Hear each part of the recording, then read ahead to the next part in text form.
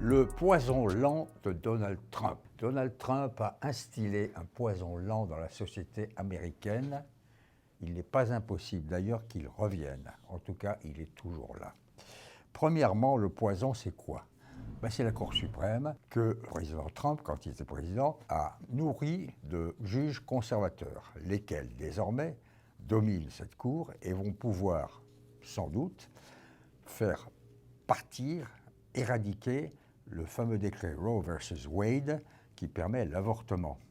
Cette guerre sur l'avortement cette loi de l'avortement qui peut être supprimée par la Cour suprême, va encore un peu plus fracturer l'Amérique.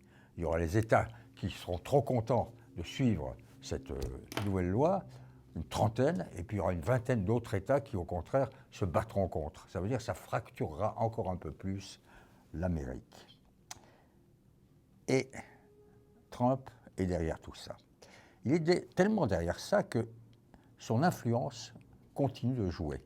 Il y a à peine 8 jours, dans l'Ohio, un nouveau sénateur est élu, J.D. Vance, soutenu à 100% par Trump.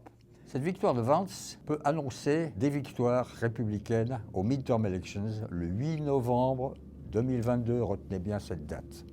Si ces midterm elections sont gagnées par les républicains, eh bien Joe Biden va devenir ce qu'on appelle un lame duck president, un président canard boiteux, et les républicains au Congrès comme au Sénat passeront leur temps à défaire tout ce que Biden a quand même construit, car il a fait beaucoup plus de bonnes choses que l'on croit, malgré des erreurs.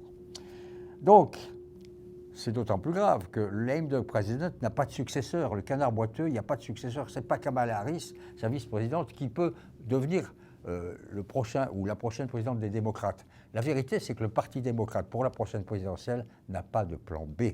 Or, il existe un plan T, qui est un plan Trump, qui, bien qu'il évite, et il y en a quand même pas mal, des obstacles fiscaux et financiers et des obstacles juridiques, est toujours là et peut très bien se représenter. Il peut se représenter malgré la peur des républicains qui voudraient passer à autre chose, qui voudraient tourner la page.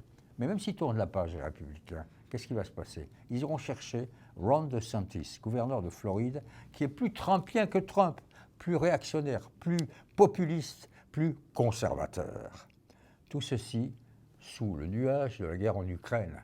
Car si quelqu'un a envie que le poison lent de Trump fasse son effet jusqu'au bout, c'est M. Poutine. Ça l'arrangerait beaucoup que Trump ou DeSantis reviennent au pouvoir.